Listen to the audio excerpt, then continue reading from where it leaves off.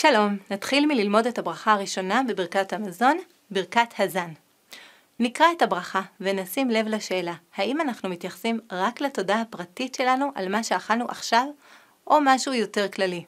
ברוך אתה השם אלוקינו מלך העולם, הזן את העולם כולו בטובו בחן, בחסד וברחמים. הוא נותן לחם לכל בשר כי לעולם חסדו, ובטובו הגדול תמיד לא חסר לנו ואל יחסר לנו מזון לעולם ועד. בעבור שמו הגדול, כי הוא אל זן ומפרנס לכל, ומטיב לכל, ומכין מזון לכל בריאותיו אשר ברא. כאמור פותח את ידיך ומשביע לכל חי רצון. ברוך אתה השם, הזן את הכל. הברכה הזו היא מה שנקראת ברכה ארוכה, שפותחת ומסיימת במילים ברוך אתה השם. באופן בולט רואים את הנושא שלה בחתימה, הזן את הכל. זה לא רק הזן אותי, השם נותן מזון לכל. אם נסתכל במהלך הברכה עצמה נראה שלבים. בהתחלה מתייחסים לכללי ביותר, הזן את העולם כולו.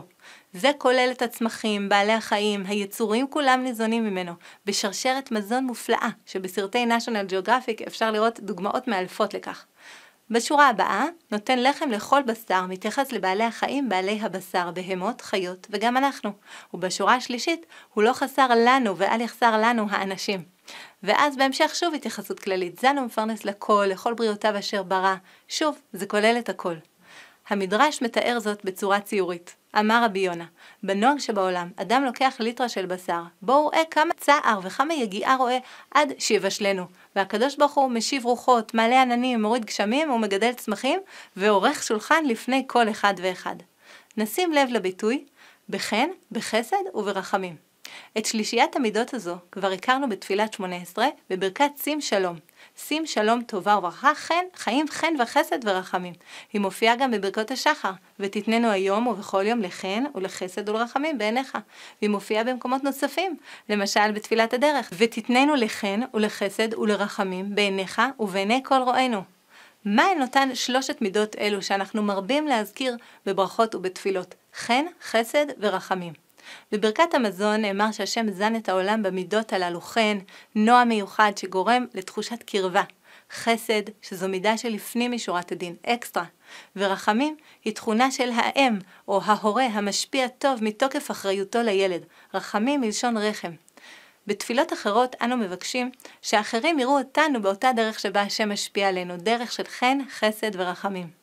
העובדה הזו שהשם זן את העולם נובעת מטובו. המילה טוב מוזכרת 3 פעמים בברכה. לא רק תודה על הזנת העולם עד עכשיו אנחנו מוצאים כאן, אלא גם בקשה לעתיד, ואל יחסר לנו מזון לעולם ועד. בנוסח ספרד ועדות המזרח מוסיפים לפני החתימה של הברכה את הפסוק מתהילים פותח את ידיך ומשביע לכל חי רצון, ששוב מבטא את השפע והשובע שהשם נותן לכל יצור חי. לסיכום, הברכה הראשונה, ברכת הזן, עוסקת בעיקר בהודעה על מזון שהשם נותן לכל היצורים בעולם, צומח, חי ובני אדם.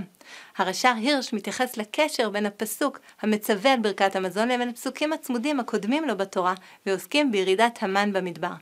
המן לימד אותנו השגחה פרטית. כל אדם קיבל בדיוק כמה שהיה צריך לאותו יום, לא נשאר למחר, והוא חייב אותנו להיות קשורים בקשר ישיר עם נתינתו של הבורא בכל יום. השאיפה היא שגם בזמנים ששפע מזון עקיף יותר מהמן, עדיין נראה את ההשגחה של השם ואת העובדה שהכל נובע ממנו. כך מנסח זאת הרש"ר הירש. ברכת המזון באה ללמדנו כי ההשגחה העליונה הפרטית על כל בית ונפש שבו, שהודיענו השם במן, בו האכיל אבותינו במדבר, לא פסקה. והיא נמשכת והיא קיימת בתוך תוכם של תנאי המחיה הרגילים.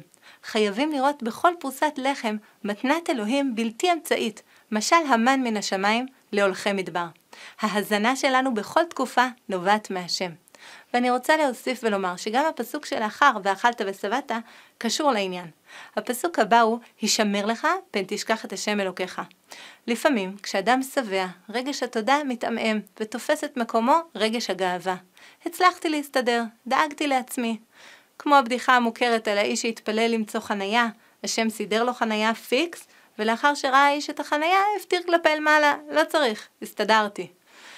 ברכת הזן עוזרת לנו להימנע מהגאווה הזאת ולהיזכר שכל הטוב הזה אולי הגיע דרך צינורות של המאמצים שלנו, אבל זה הגיע במקור מהשם, מקור כל השפע.